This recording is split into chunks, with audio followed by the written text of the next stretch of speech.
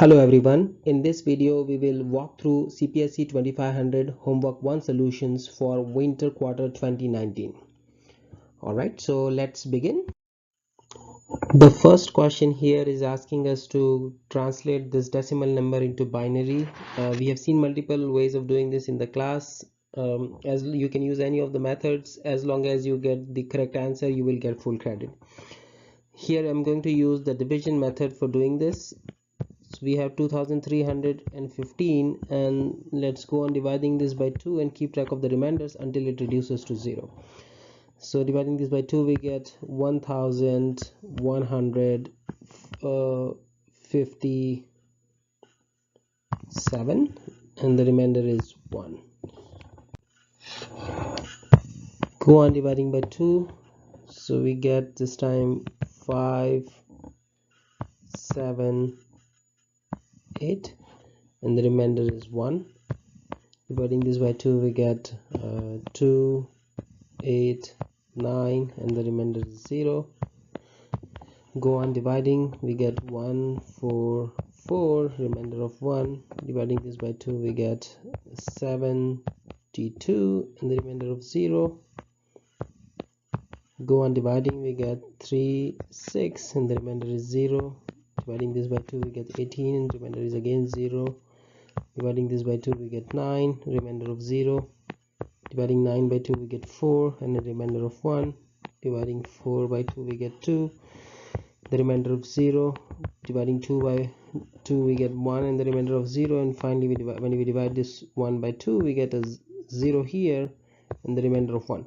Now finally just read these remainders bottom up and that is our answer, right? So that here it is 1 0 0 1 followed by 4 zeros 1 0 1 1.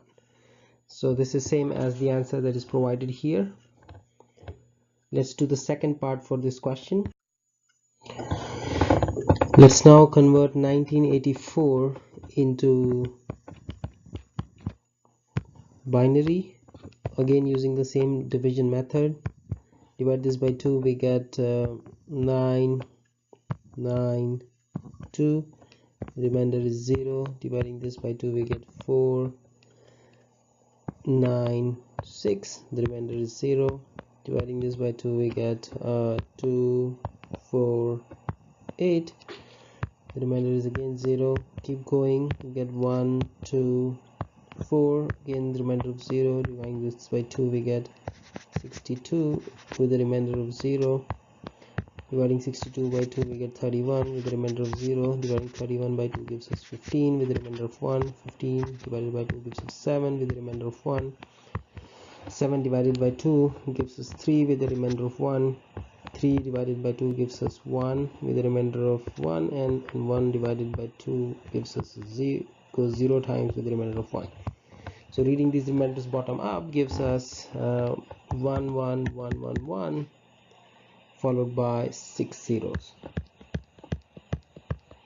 So this is our answer. Let's move on to the second problem. The second problem is asking us to do the other way around conversion. So we are given a binary number and we have to convert this back into decimal. So as you would recall, every number in binary number system represents a power of 2. So basically if we have this number 0 1 1 0 0 0 1 0, the rightmost position, this is 2 to the power 0. The next number here is 2 to the power 1. This represents 2 square. This represents 2 cube. This is 2 to the power 4. This is 2 to the power 5 followed by 2 to the power 6, right? And then this leftmost number is 2 to the power, represents 2 to the power 7. So let's multiply each digit with the corresponding power of 2 and add the product. So this would basically give us 0 into 2 to the power 7 plus 1 into 2 to the power 6 plus 1 into 2 to the power 5 plus 0 into 2 to the power 4 plus again 0 into 2 cube plus 0 into 2 square plus 1 into 2 to the power 1 plus 0 into 2 to the power 0. So basically 0 into anything is going to be 0, so this is going to be 0 plus 2 to the power 6 is 64 plus 2 to the power 5 is 32 plus this is going to be 0 plus 0 again plus 0 plus 2 to the power 1 is 2 plus, and this is again going to be 0. So this basically adds up to 64 plus 32 is 96 plus 2 is 98. So this is our answer. Next, we want to translate 11101100 into decimal. So notice that this is in 2's complement format. So whenever we have a number in 2's complement format, we first look at the sign. So the sign bit here is 1, which basically means this is a negative number, right? So this is a negative number.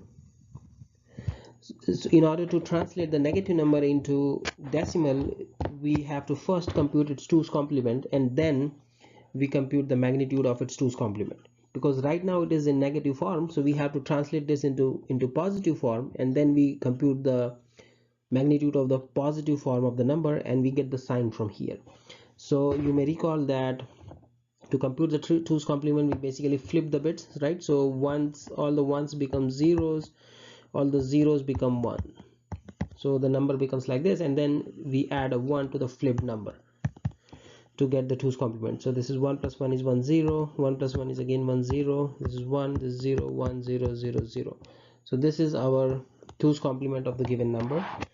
Now let's compute the magnitude of this. So this position again represents 2 to the power 0, the next one here is 2 to the power 1, this is 2 square followed by 2 cube followed by 2 to the power 4, and everything else to the left is 0, so I'm going to ignore that for now. So the magnitude of this number would be 1 multiplied by 2 to the power 4 plus 0 multiplied by 2 cube plus 1 multiplied by 2 square plus 0 multiplied by 2 to the power 1 plus 0 multiplied by 2 to the power 0. So this is basically 16 plus this is going to be 0 plus 4 plus 0 plus 0, right? So which is basically 20. Now from the original number we know that the number was negative, so basically the final answer would be minus 20. This is our number.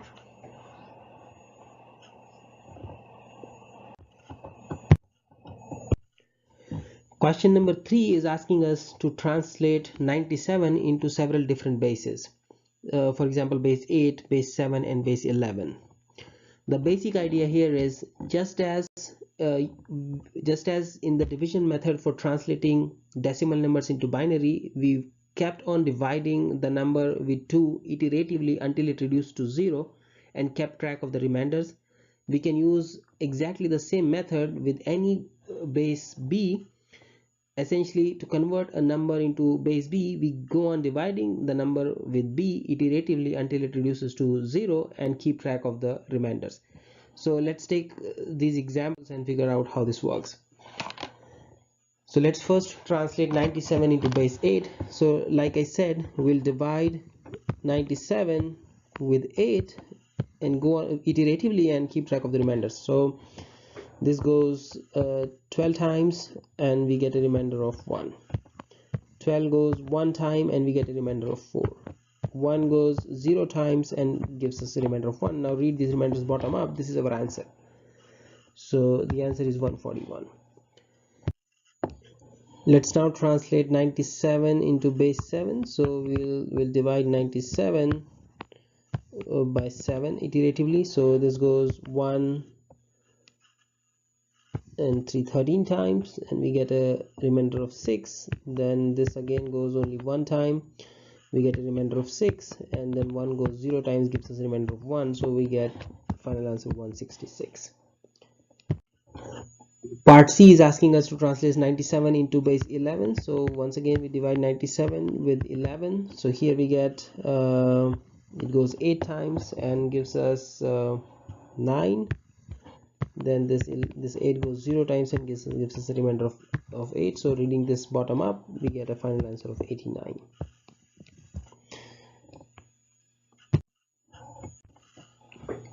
Question 4 is basically a conceptual question about computer level hierarchy. You may recall when we discussed this hierarchy in class, we said about level 3, which was basically the operating system machine level. We said that this is a hybrid level. The reason it is called hybrid level is because it has two types of instructions. One, many of the instructions that are already present in level 2, that is the ISA level, they are also present at level 3. That is the first type of instructions. The second type of instructions that are present at level 3 are the new instructions that operating system level provides on top of these underlying ISA instructions. From our discussion in class, you may further recall that when we were talking about translation of instructions top down, we said that only those instructions that are new to level 3 are translated at level 3. The instructions that are already present in level 2, they are simply handed down to level 2, and level 3 does not translate those instructions. The question here is asking you whether this is a good execution choice. Why or why not? Well, so the answer is yes, this is a good execution choice, and the main reason is it is more efficient. It is more efficient because it saves us some translation overhead. So think about it this way. If level 2 already knows how to execute or interpret a certain instruction, then why bother translating it one more time at level 3? Why not simply hand it down to level 2 and let it do the job? So by doing this, we are saving one level of translation for several instructions. So essentially we are saving this translation overhead or time in translation. That is why this is more efficient and this is a good execution choice. Question 5 is another conceptual question which is about von Neumann machine architecture. Part A is asking what is the role of main memory.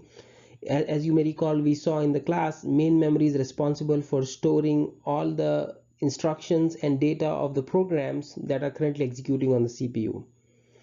Part B is asking us what are the registers inside the CPU used for. So you may recall in the class we saw that the registers are responsible for storing the input operands to the ALU, also any results that ALU computations generate. There are two types of registers. There are some general purpose registers and also special purpose registers. So general purpose registers are used for storing the operands and the results. The special purpose registers, as the name implies, are reserved for specific purposes. For instance, we talked about program counter, which is responsible for keeping track of where in the program we are executing. Question 6 is asking about multi-core processors. So the part A is asking what is a multi-core processor. This is a simple definition question which you could find answer for on one of the lecture slides. So a multi-core processor is basically a processor where a single chip has multiple processing units. By processing units, I mean independent CPUs. So for instance, a dual core processor will have two CPUs on the same chip. Quad core processor will have 4 CPUs on the same chip. So essentially the ALUs, the caches, the cache controllers, all of these things for 4 different CPUs have been integrated on a single chip in a quad core processor. So that is what is meant by a multi-core processor. Part B is asking us, can all software by default benefit from a multi-core processor? What, if anything, needs to be done to exploit hardware parallelism in multiple cores? So the short answer is no. By default, not every process can benefit from the underlying parallelism in the hardware. We discussed this in the class. If you have a single threaded process, then by default a single threaded process can only execute on one core. If you want a process to make use of multiple processors or multiple cores simultaneously in parallel, you should implement it as a multi-threaded process, or maybe using some parallel libraries so that it can actually run on multiple cores simultaneously.